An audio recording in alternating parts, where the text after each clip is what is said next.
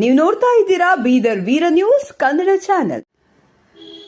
ಚಿಟಗುಪ್ಪ ಕಾಂಗ್ರೆಸ್ ಸರ್ಕಾರ ದಿವಾಳಿಯಾಗಿದೆ. ಬಿಎಸ್ ಯಡಿಯೂರಪ್ಪ ರಾಜ್ಯದ ಸಣ್ಣ ಪುಟ್ಟ ಕೆಲಸಗಳ ನಿರ್ವಹಣೆಗೂ ಕೂಡ ಹಣವಿಲ್ಲದೆ ಸರ್ಕಾರ ದಿವಾಳಿಯಾಗಿದೆ ಎಂದು ರಾಜ್ಯದ ಮಾಜಿ ಮುಖ್ಯಮಂತ್ರಿ ಬಿಎಸ್ ಯಡಿಯೂರಪ್ಪ ತಾಲೂಕಿನ ಮನ್ನಾಕೇಳಿಯಲ್ಲಿ ಲೋಕಸಭಾ ಅಭ್ಯರ್ಥಿ ಭಗವಂತ ಖೂಬಾ ಪರ ಬಹಿರಂಗ ಸಭೆ ಉದ್ದೇಶಿಸಿ ಮಾತನಾಡ್ತಾ ಟೀಕಿಸಿದರು. ನಮ್ಮ ಬಿಜೆಪಿ ಸರ್ಕಾರದ ಅತ್ಯುತ್ತಮ ಜನಪರ ಕಾರ್ಯಕ್ರಮಗಳಾದ ಭಾಗ್ಯಲಕ್ಷ್ಮಿ ಸೇರಿದಂತೆ ಹಲವಾರು ಯೋಜನೆಗಳನ್ನು ರದ್ದುಪಡಿಸಿದ್ದಾರೆ. ಹೀಗಾಗಿ ಸರ್ಕಾರ ದಿವಾಳಿಯಾಗಿದೆ ಎಂದು ಹೇಳಿದರು. ದೇಶ ರಕ್ಷಣೆ ಮತ್ತು ಅಭಿವೃದ್ಧಿಗಾಗಿ ನರೇಂದ್ರ ಮೋದಿ 3ನೇ ಬಾರಿಗೆ ಪ್ರಧಾನಮಂತ್ರಿ ಮಾಡಲು ಭಗವಂತ ಖೂಬಾ ಅವರನ್ನು ಭಾರೀ ಬಹುಮತಗಳಿಂದ ಗೆಲ್ಲಿಸಿಕೊಡ್ಬೇಕೆಂದು ಮನವಿ ಮಾಡಿದರು. ಈ ಬಹಿರಂಗ ಸಭೆಯ ಜನರ ಉತ್ಸಾಹ ನೋಡಿದರೆ ಶಾಸಕ ಡಾಕ್ಟರ್ ಶೈಲೇಂದ್ರ ಬೆಲ್ದಾಳೆ ಅವರು ಈ ಭಾಗದಲ್ಲಿ ಅಭಿವೃದ್ಧಿಗಾಗಿ ದುಡಿಯುತ್ತಿದ್ದಾರೆ. ಮುಂದಿನ ಚುನಾವಣೆಯಲ್ಲಿ ಭಾರೀ ಬಹುಮತಗಳಿಂದ ಗೆಲ್ಲುವ ವಿಶ್ವಾಸ ವ್ಯಕ್ತಪಡಿಸಿದರು. ಬಿಜೆಪಿ ಲೋಕಸಭಾ ಅಭ್ಯರ್ಥಿ ಭಗವಂತ ಖೂಬಾ ಮಾತನಾಡಿ, ಕೇಂದ್ರ ಸರ್ಕಾರ ಜಾರಿಗೆ ತಂದ ಎಲ್ಲ ಯೋಜನೆಗಳನ್ನು ಅನುಷ್ಠಾನ ಮಾಡಿದ್ದೇನೆ. ನಮ್ಮ ಕಾರ್ಯಕರ್ತರು ಮನೆ ಮನೆಗೆ ಹೋಗಿ ನಮ್ಮ ಸರ್ಕಾರ ಮಾಡಿರುವ ಅಭಿವೃದ್ಧಿ ಕಾರ್ಯಗಳ ಬಗ್ಗೆ ಮತದಾರರಿಗೆ ತಿಳಿಸಬೇಕೆಂದರು. ಶಾಸಕ ಡಾಕ್ಟರ್ ಶೈಲೇಂದ್ರ ಬೆಲ್ದಾಳೆ ಮಾತನಾಡಿ, ಲೋಕಸಭಾ ಚುನಾವಣೆಯಲ್ಲಿ ಬಿಜೆಪಿ ಜೆಡಿಎಸ್ ಮೈತ್ರಿ ಆಗಿರುವುದರಿಂದ ಈ ಚುನಾವಣೆಯಲ್ಲಿ ಭಗವಂತ ಖೂಬಾ ಅವರನ್ನು ಭಾರೀ ಬಹುಮತಗಳಿಂದ ಗೆಲ್ತಾರೆಂದು ವಿಶ್ವಾಸ ವ್ಯಕ್ತಪಡಿಸಿದರು. ಮನ್ನಾಕೇಳಿಯಲ್ಲಿ ಮಾಜಿ ಶಾಸಕ ಅಶೋಕ್ ಕೇಣಿ ನನ್ನ ಬಗ್ಗೆ ಇಲ್ಲಸಲ್ಲದ ಆರೋಪ ಮಾಡಿದ್ದಾರೆ. ಇದು ಸರಿಯಲ್ಲ. ನಾನು ಯಾವುದೇ ಸೇಡಿನ ರಾಜಕೀಯ ಮಾಡಿಲ್ಲ. ನಾನು 2 ಬಾರಿ ಸೋತಿದ್ರೂ ಕೂಡ ಜನರ ಮಧ್ಯದಲ್ಲಿದ್ದು ಜನರ ಕಷ್ಟ ಸುಖದಲ್ಲಿ ಭಾಗಿಯಾಗಿದ್ದೇನೆ. ಆದರೆ ಅವರಿಗೆ ನನ್ನ ಗೆಲುವು ಸಹಿಸಿಕೊಳ್ಳಲಾಗ್ತಿಲ್ಲ ಎಂದು ಹೇಳಿದರು. ಬಿಎಸ್ ಯಡಿಯೂರಪ್ಪನವರ ಹಾಗೂ ಮತದಾರರ ಆಶೀರ್ವಾದದಿಂದ ನಾನು ಶಾಸಕನಾಗಿದ್ದೇನೆ. ಶಾಸಕರಾದ ಡಾಕ್ಟರ್ ಸಿದ್ದು ಪಾಟೀಲ್, ಜಿಲ್ಲಾಧ್ಯಕ್ಷ ಸೋಮನಾಥ್ ಪಾಟೀಲ್ ಮಾತನಾಡಿದರು. ಈ ಸಂದರ್ಭದಲ್ಲಿ ಶಾಸಕರಾದ ಶರಣು ಸಲಗರ, ಜಿಲ್ಲಾಧ್ಯಕ್ಷ ಶಿವಾನಂದ ಮಟ್ಟಾಳಕರ್, ಶಕುಂತಲಾ ಬೆಲ್ದಾಳೆ, ಬಾಬು ವಾಲಿ, ರೋಪುದ್ದೀನ್ ಕಚೇರಿವಾಲೆ, ಮಂಡಳ ಅಧ್ಯಕ್ಷ ರಾಜರೆಡ್ಡಿ ಶಾಬಾದೆ, ಸಂತೋಷ್ ರಾಸೂರ್, ಶಿವಕುಮಾರ್ ಸ್ವಾಮಿ, ಜಗನ್ನಾಥ್ ಪಾಟೀಲ್, ರಾಜು ಪಂಚಾಳ, ಸಂತೋಷ್ ಹಳ್ಳಿಕೇಡ, ಮಾಣಿಕಪ್ಪ ಕಾಶೆಂಪುರ್, ರಾಜು ಪಸಾರೆ, ಅಬೇದ ಅಲಿ ಹವಲ್ದಾರ್, ಮೋಹನ ಮೇಲಕೇರಿ ಸೇರಿದಂತೆ ಶಕ್ತಿ ಕೇಂದ್ರ ಪದಾಧಿಕಾರಿಗಳು ಸೇರಿದಂತೆ ಬಿಜೆಪಿ ಜೆಡಿಎಸ್ ಮೈತ್ರಿ ಪಕ್ಷದ ಕಾರ್ಯಕರ್ತರು ಹಾಗೂ ಮಹಿಳೆಯರು ಉಪಸ್ಥಿತರಿದ್ದರು. ವರದಿ ರಾಜ್ಕುಮಾರ್ ಆರ್ ಹಡಪದ, ಬೀದರ್ ವೀರ್ ನ್ಯೂಸ್, ಚಿಟಗುಪ್ಪ. ಮಾಡ್ತಾರೆ, ನಮ್ಮನ್ನ ಸ್ವೀಕಾರವನ್ನ ಮಾಡ್ತಾರೆ. ಅಷ್ಟು ಪ್ರಾಮಾಣಿಕ ಕೆಲಸವನ್ನು ನಾವೆಲ್ಲರೂ ಇಲ್ಲಿ ಸೇರಿದವರು ಮಾಡಿದ್ರೆ ನಾಳೆಯಿಂದ ಈ ಕ್ಷೇತ್ರದಲ್ಲಿ ಅದ್ಭುತವಾದಂತಹ ಬದಲಾವಣೆಗಳನ್ನ ನೋಡಬಹುದು. ನಾವು ಚರ್ಚೆಯಲ್ಲಿ ಭಾರತೀಯ ಜನತಾ ಪಕ್ಷ ಪ್ರಚಂಡ ಬಹುಮತ ಸಿಗ್ತದೆ ಅನ್ನುವಂಥ ಚರ್ಚೆಗಳನ್ನು ನೋಡಬಹುದು. ಇವಾಗ ಕರ್ನಾಟಕದಲ್ಲಿ ಜೆಡಿಎಸ್ ಜೊತೆ ನಮ್ಮ ಹೊಂದಾಣಿಕೆ ಇದೆ. ಇಲ್ಲಿನ ಮಾಜಿ ಶಾಸಕರು ಬಂಡೆಪ್ಪ ಕಾಶೆಂಪುರ ಅವರು ತಾವೆಲ್ಲರೂ ತಮ್ಮ ತಮ್ಮ ಊರುಗಳಲ್ಲಿ ಭಾರತೀಯ ಜನತಾ ಪಕ್ಷದ ಕರಪತ್ರಗಳು ಮತ್ತು ನಾನು ಸಾಧನೆ ಮಾಡಿದಂತಹ ಕರಪತ್ರಗಳನ್ನು ತಗೊಂಡು ಮನೆ ಮನೆಗೆ ಹೋಗಿ ಮನವರಿಕೆಯನ್ನು ಮಾಡಬೇಕಂತ 2 ಕೈಗಳಿಂದ ನಿಮಗೆ ವಿನಂತಿಯನ್ನು ಮಾಡ್ತೀನಿ. ನಾನು ಸಮಯ ಜಾಸ್ತಿ ಉಳಿದಿಲ್ಲ. ಈಗ ಕಾಂಗ್ರೆಸ್ಸಿನವರು ಸುಳ್ಳು ಗ್ಯಾರಂಟಿಗಳನ್ನು ಮುಂದಿಟ್ಟುಕೊಂಡು ಮುಂದೆ ಹೋಗ್ತಾ ಇದ್ದಾರೆ. 10 ವರ್ಷಗಳಲ್ಲಿ ನರೇಂದ್ರ ಮೋದಿ ಅವರ ಸರ್ಕಾರದ ಎಲ್ಲಾ ಯೋಜನೆಗಳು, ಅದು ಸಾಮಾಜಿಕ ಸುರಕ್ಷತೆ ಯೋಜನೆಗಳಾಗಿರ್ಬೋದು, ಮೂಲಭೂತ ಸೌಕರ್ಯಗಳಾಗಿರ್ಬೋದು, ಎಲ್ಲವೂ ಬೀದರ್ ಲೋಕಸಭಾ ಕ್ಷೇತ್ರದಲ್ಲಿ ಅತಿ ಹೆಚ್ಚಿನ ಸವಲತ್ತನ್ನ ಮಾಡಿಕೊಟ್ಟಿದಂಥದ್ದನ್ನ ಈಗಾಗಲೇ ನಿಮ್ಮೆಲ್ಲರ ಗಮನಕ್ಕಿದೆ. ಚುನಾವಣೆ ಸಮಯದಲ್ಲಿ ನೀವೆಲ್ಲರೂ ಮನೆ ಮನೆಗೆ ಹೋಗಿ ಕಾಂಗ್ರೆಸ್ ಗ್ಯಾರಂಟಿ ವಿಷಯದಲ್ಲಿ ಯಾವ ನ್ಯೂನತೆಗಳಿದ್ದವು ಅದನ್ನು ಎತ್ತಿ ತೋರಿಸಬೇಕು. ನಮ್ಮ ನರೇಂದ್ರ ಮೋದಿ ಅವರ ಸರ್ಕಾರದ ಸಾಧನೆಗಳನ್ನು, ಸಾಮಾಜಿಕ ಸುರಕ್ಷತೆ ಯೋಜನೆಗಳನ್ನು ಪ್ರತಿಯೊಬ್ಬರ ಮನೆಯಲ್ಲಿ ಒಂದಲ್ಲ, 2 ಅಲ್ಲ, 4, 5, 6 ಯೋಜನೆಗಳ ಲಾಭಗಳನ್ನು ಪಡೆದಂತ ಮನೆಗಳಿದ್ದವು. ಅವರೆಲ್ಲರ ಗಮನಕ್ಕೆ ತಂದು ಅದಕ್ಕೆ ಹೆಚ್ಚಾಗಿ ದೇಶ ಉಳಿಬೇಕು, ದೇಶದ ಭವಿಷ್ಯ ಆಗಬೇಕು, ದೇಶದ ಭವಿಷ್ಯದಲ್ಲಿ ನಮ್ಮೆಲ್ಲರ ಭವಿಷ್ಯವನ್ನು ನಾವು ಕಾಣಬೇಕು ಅಂದರೆ ಭಾರತೀಯ ಜನತಾ ಪಕ್ಷವನ್ನ ಗೆಲ್ಲಬೇಕನ್ನುವಂಥದ್ದನ್ನ ಪ್ರತಿಯೊಬ್ಬ ನಾಗರಿಕನಲ್ಲಿ ಆ ಮಾತನ್ನ ಬಂದಿದೆ. ದೇಶ ಉಳಿಬೇಕಾದ್ರೆ ಪ್ರಧಾನಮಂತ್ರಿ ನರೇಂದ್ರ ಮೋದಿ ಮತ್ತೊಮ್ಮೆ ದೇಶದ ಪ್ರಧಾನಮಂತ್ರಿ ಆಗ್ಬೇಕನ್ನುವಂಥದ್ದನ್ನ ಸಂಕಲ್ಪ ಪ್ರತಿಯೊಬ್ಬ ದೇಶದ ನಾಗರಿಕನ ಈವಾಗಲೇ ದೃಢ ಸಂಕಲ್ಪವನ್ನು ಮಾಡಿದ್ದಾರೆ. ನೀವು ಕೂಡ ಮಾಡಿದ್ದೀವಿ.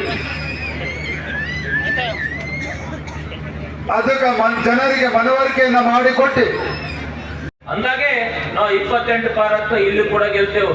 ಈ ಸಲ ಕೂಡ ನಾವು JDS BJP ಕೂಡಿ ನಾವು ಚುನಾವಣೆ ಮಾಡ್ತಾ ಇದ್ದೇವೆ. ನಮ್ಮಲ್ಲಿ ಕೂಡ ಈ ಸಲ ನಾವು ಹೆಚ್ಚಿನ ಒಂದು ಲೀಡ್ ಕೊಡುವಂತ ಪ್ರಯತ್ನ ನಾವಾಗ್ಲಿ JDS ನ ಇಲ್ಲಿ ಮಾಜಿ ಶಾಸಕರು ಬಂಡೆಪ್ಪ ಕಾಶಂಪುರ ಅಲ್ಲಿ ಎಲ್ಲರೂ ಇಡೀ ಎಲ್ಲ ಟೀಮ್ ಪ್ರಯತ್ನ ಮಾಡಿ ನಾವು ಲೀಡ್ ಕೊಡುವಂತ ಪ್ರಯತ್ನ ಇಲ್ಲಿ ಮಾಡ್ತೇವೆ ಅನ್ನೋ ಆಶ್ವಾಸನೆ ಕೊಡ್ತೇವೆ. ಅದೇ ತರ ಭಗವಂತ ಕುಮಾರ್ ಸಾಕಷ್ಟು ರಾಜ್ಯದಲ್ಲಿ ನಮ್ಮ ಕ್ಷೇತ್ರದಲ್ಲಿ ಸಾಕಷ್ಟು ಯೋಜನೆಗಳು, ರೋಡ್ ಆಗಲಿ, ಟ್ರೈನ್ ಆಗಲಿ, ಪಾಸ್ಪೋರ್ಟ್ ಸೇವಾ ಕೇಂದ್ರ ಆಗಲಿ, ರೈತರಿಗೆ ಫಸಲ್ ವಿಮಾ ಕೊಡೋದಾಗಲಿ, ಮತ್ತೆ ಹಲವಾರು ಯೋಜನೆಗಳು 10 ವರ್ಷ ಅವಧಿಯಲ್ಲಾಗಿದೆ. ಅದೆಲ್ಲ ಪರಿಗಣನೆ ಮಾಡಿ ನೀವು ಯಾವುದೇ ಜಾತಿಗೆ ಯಾವುದೇ ಧರ್ಮಕ್ಕೆ ದಯವಿಟ್ಟು ಅದಕ್ಕೆ ನೋಡ್ಬೇಡ್ರಿ, ಅಭಿವೃದ್ಧಿ ಕಡೆ ನೋಡ್ರಿ, ದೇಶ ಸುರಕ್ಷಿತಗೋಸ್ಕರ ನೋಡ್ರಿ. ಅದೆಲ್ಲ ಸುರಕ್ಷಿತ ಆಗ್ಬೇಕಂದ್ರೆ ಒಂದೇ ಪರಿಕಲ್ಪನೆ ಅದು ಭಾರತೀಯ ಜನತಾ ಪಾರ್ಟಿ. ನಾನು ಸೋತಿನ ಪರವಾಗಿದ್ದೀನಿ, ಬಟ್ ಎಂದೂ ಯಾರ ಬಗ್ಗೆ ಟೀಕಾ ಟಿಪ್ಪಣಿ ಮಾಡಿಲ್ಲ. ಮತ್ತೆ ಜನರು ಎದುರು ಹೋಗಿದ್ದೆ ನಾನು. ಅವ್ರಿಗೆ ಸೋಲೆ ಡೈಜೆಸ್ಟ್ ಆಗ್ತಾ ಇಲ್ಲ, ನಾವು 2 ಸಲ ಒಬ್ಬ ಬಡ ಕುಟುಂಬ ಆದ್ರೂ 2 ಸಲ ಸೋತರು ಕೂಡ ಜನರ ಮಧ್ಯೆ ಐತೆ. ನಾನು 15 ವರ್ಷ ಅವ್ರ ತೀರ್ಪಣೆ ಅವರು ಸೋತ ತಕ್ಷಣ ಏನೇನೋ ಮಾತಾಡ್ತಾ ಇದ್ದಾರೆ. ಅದಕ್ಕೆ ಅವ್ರು ನಾನು ಹೇಳಕ್ ಇಚ್ಛೆ ಪಡ್ತೀನಿ, ಅವರಿಗೆ ಬಿಸಿಲು ಹೆಚ್ಚಾದ ತಕ್ಷಣ ತಲೆ ಜ್ಯೂಸ್ ಆಗ್ತದ. ಅವ್ರಿಗೆ ಇದೇ ರಾಟಿ ಇಲ್ಲ ಪಾಪ. ಅವ್ರು ಅಮೆರಿಕದಾಗಿದ್ದ ರಾಟಿ ಅದನ್ನ ಯಾರ ಬಗ್ಗೆ ಕೆಟ್ಟದ್ದು ಎಂದೂ ಮಾತಾಡಿಲ್ಲ. ಅವ್ರು ಅವ್ರು ಯಾವಾಗ ಏನ್ ಮಾತಾಡ್ತಾರ ಅದೇ ಗೊತ್ತಾಗಲ್ಲ.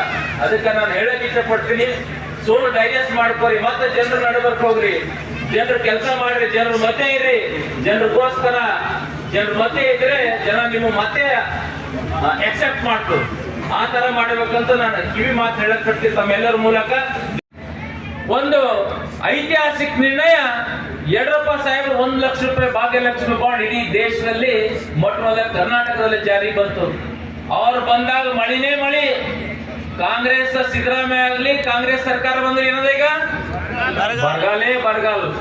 5 ಭಾಗ್ಯ, ಇದೊಂದು 6ನೇ ಭಾಗ್ಯ, ಬರಗಾಲ ಭಾಗ್ಯ ಕೊಟ್ಟರಂತ ಕಾಂಗ್ರೆಸ್ ಅವರು. ನಮ್ಮ ಸರ್ಕಾರ ಇದ್ದಾಗ ಮಳೆ, ಗಾಳಿ, ನೀರು ಎಲ್ಲರಿಗೂ ಸಮೃದ್ಧ ಕರ್ನಾಟಕ ಇತ್ತು. ಅದು ನಮ್ಮ ಯಡಿಯೂರಪ್ಪ ಸಾಹೇಬರ ಕಾಲ್ಗುಣ. ಇಂಥ ಹಲವಾರು ಯೋಜನೆಗಳು ನಮ್ಮ ಅಧಿಕಾರ ಅವಧಿಯಲ್ಲಿ ಸಾಕಷ್ಟು ಆಗಿದೆ. ಅದಕ್ಕೆ ಈ ಚುನಾವಣೆಯಲ್ಲಿ ತಾವು ಬೀದರ್ ದಕ್ಷಿಣ ಕ್ಷೇತ್ರ ಎಂದಿಗೂ ಭಾರತೀಯ ಜನತಾ ಪಾರ್ಟಿ ಅಭ್ಯರ್ಥಿ ಗೆದ್ದಿರ್ಲಿಲ್ಲ. ತಮ್ಮೆಲ್ಲ ಆಶೀರ್ವಾದದಿಂದ ಎಲ್ಲ ಸಮಾಜದ ಮುಖಂಡರಿಂದ ತಾವೆಲ್ಲ ನನಗೆ ಶಾಸಕರು ಮಾಡಿದ್ರಿ. ಕೆಲಸ ಮಾಡೋ ಸಾಧ್ಯ ಆದಷ್ಟು ಕೆಲಸ ಕೂಡ ಎಲ್ಲರದು ಕೈಲಾದಷ್ಟು ಮಾಡ್ತಾ ಇದ್ದೀನಿ.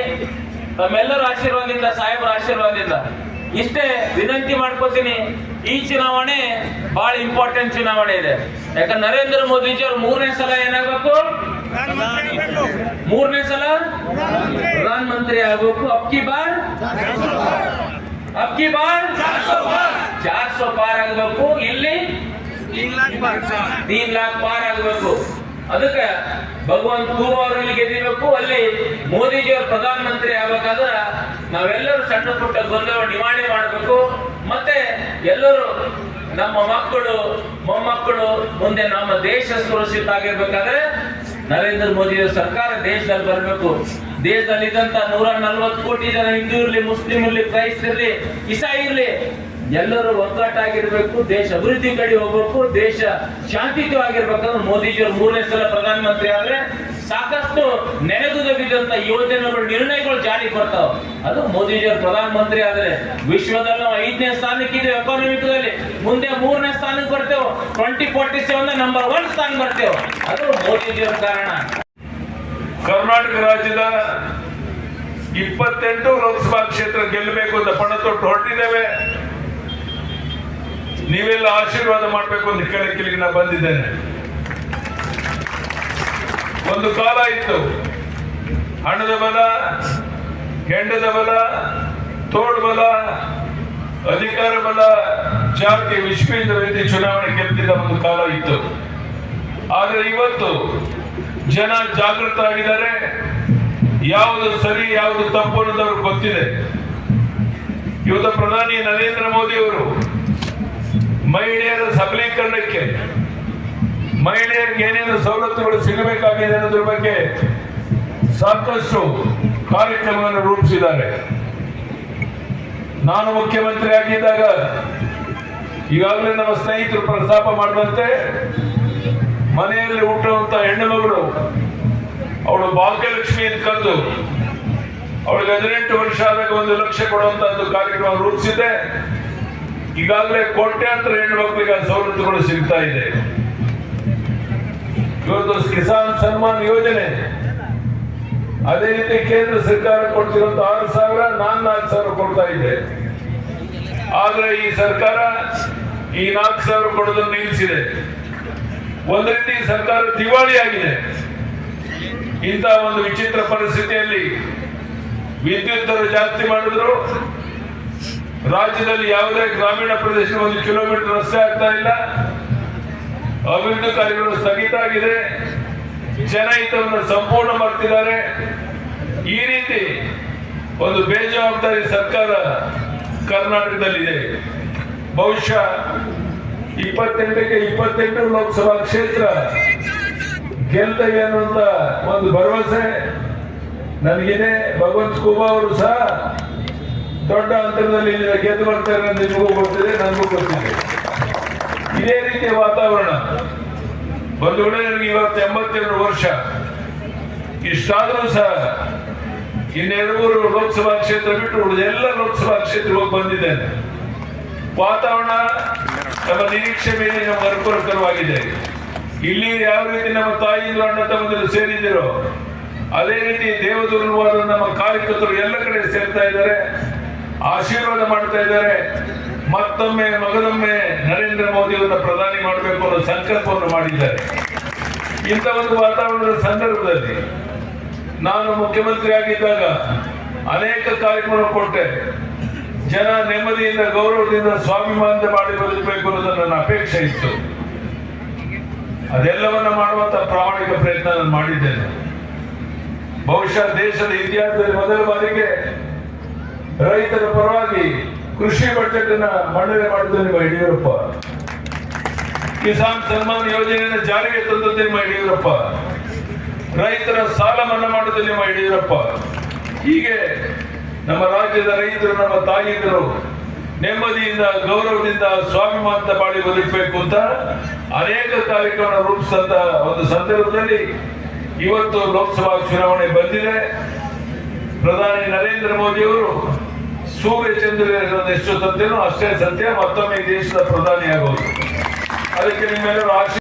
ಇಷ್ಟು ದೊಡ್ಡ ಸಂಖ್ಯೆಯಲ್ಲಿ ನಮ್ಮ ಅಣ್ಣ ತಮ್ಮಂದಿರು ತಾಯಿಯರು ಸೇರಿದ್ದೀರ. ನಮ್ಮ ಬಡ ಹೆಣ್ಣು ಮಕ್ಕಳು ಶಾಲೆಗೆ ಹೋಗಕ್ಕೆ ಬೈಸ್ಕಲ್ ಕೊಡುವಂತ ಕೆಲಸವನ್ನು ಮಾಡಿದೆ, ಅದನ್ನ ನಿಲ್ಲಿಸ್ಬಿಟ್ರು. ಅದೇ ರೀತಿ ಮಹಿಳೆಯರಿಗೆ ಕೊಟ್ಟಂತ ಅನೇಕ ಕಾರ್ಯಕ್ರಮಗಳನ್ನ ಈ ಸರ್ಕಾರ ನಿಲ್ಲಿಸಿ ಒಂದು ರೀತಿ ಸರ್ಕಾರ ದಿವಾಳಿಯಾಗಿದೆ. ಇಂಥ ಒಂದು ಸಂದರ್ಭದಲ್ಲಿ ನಾನು ಕೈ ಜೋಡಿಸಿ ನಿಮ್ಮಲ್ಲಿ ಪ್ರಾರ್ಥನೆ ಮಾಡ್ತೇನೆ. ಭಗವಂತ ಖೂಬಾ ಅವರನ್ನ ದೊಡ್ಡ ಹಂತದಲ್ಲಿ ಆಯ್ಕೆ ಮಾಡಿ ಕಳಿಸ್ಕೊಡ್ಬೇಕು ಕೇಳಿ ಬಂದಾಗ ಇಷ್ಟೊಂದು ಸಹಸ್ರ ಸಂಖ್ಯೆಯಲ್ಲಿ ತಾವು ಸೇರಿರುವಂತಹದ್ದು ನಿಜಕ್ಕೂ ನನಗೆ ತುಂಬಾ ಸಂತೋಷ ಆಗಿದೆ, ಆನಂದ ಆಗಿದೆ. ನಿಮ್ಮೆಲ್ಲರ ಪ್ರೀತಿ ವಿಶ್ವಾಸ ಪ್ರಧಾನಿ ನರೇಂದ್ರ ಮೋದಿ ಅವರ ಮೇಲೆ ಇರಬೇಕು, ಭಗವಂತ ಖೂಬಾ ಮೇಲೆ ಇರಬೇಕು. ಶೈಲೇಂದ್ರ ಬೆಳಗಾಡೆ ಶಾಸಕರಾಗಿ ಮಾಡುವಂತ ಒಳ್ಳೆ ಕೆಲಸ ಇವತ್ತು ಇಷ್ಟೊಂದು ದೊಡ್ಡ ಪ್ರಮಾಣದಲ್ಲಿ ನೀವು ಸೇರೋದಕ್ಕೆ ಕಾರಣ ಆಗಿದೆ ಅಂತ ನನಗೆ ಗೊತ್ತಿದೆ. ಮತ್ತೊಮ್ಮೆ ಶೈಲೇಂದ್ರ ಬೆಳಗಾಡೆ ಬಹಳ ದೊಡ್ಡ ಹಂತದಲ್ಲಿ ಆಯ್ಕೆ ಆಗಬೇಕಾಗಿದೆ. ಮತ್ತೊಮ್ಮೆ ಇಲ್ಲಿ ಸೇರಿ ಇಷ್ಟು ದೊಡ್ಡ ಸಂಖ್ಯೆ ನಮ್ಮ ತಾಯಿಯಂದರಿಗೆ ಏನೇನು ಕಾರ್ಯಕ್ರಮ ರೂಪಿಸಬೇಕು ಅಂತಿದೆಯೋ ಅದೆಲ್ಲವನ್ನು ನಾನು ಮಾಡ್ತೇನೆ. ನಮ್ಮ ನರೇಂದ್ರ ಮೋದಿ ಅವರು ಮಹಿಳೆಯರ ಸಬಲೀಕರಣಕ್ಕೆ ಅನೇಕ ಕಾರ್ಯಕ್ರಮ ರೂಪಿಸ್ತಾ ಇರುವಂತಹ ಈ ಸಂದರ್ಭದಲ್ಲಿ ಯುವಕರ ಸಬಲೀಕರಣ, ಮಹಿಳೆಯರ ಸಬಲೀಕರಣ, ಪರಿಶಿಷ್ಟ ಜಾತಿ ಪರಿಶಿಷ್ಟ ವರ್ಗದ ಅಭಿವೃದ್ಧಿಗಾಗಿ ಅನೇಕ ಯೋಜನೆಗಳನ್ನು ರೂಪಿಸಿದ್ದೇವೆ. ಅದನ್ನ ಕಾರ್ಯರೂಪಕ್ಕೆ ತರುವಂತಹ ಪ್ರಾಮಾಣಿಕ ಪ್ರಯತ್ನ ನಮ್ಮ ಕಾರ್ಯಕರ್ತರು ಇವೆಲ್ಲ ಸೇರಿ ಮಾಡಬೇಕು ಅಂತ ಹೇಳ್ತಾ ನನಗೆ ತಕ್ಷಣ ಹೊರಟು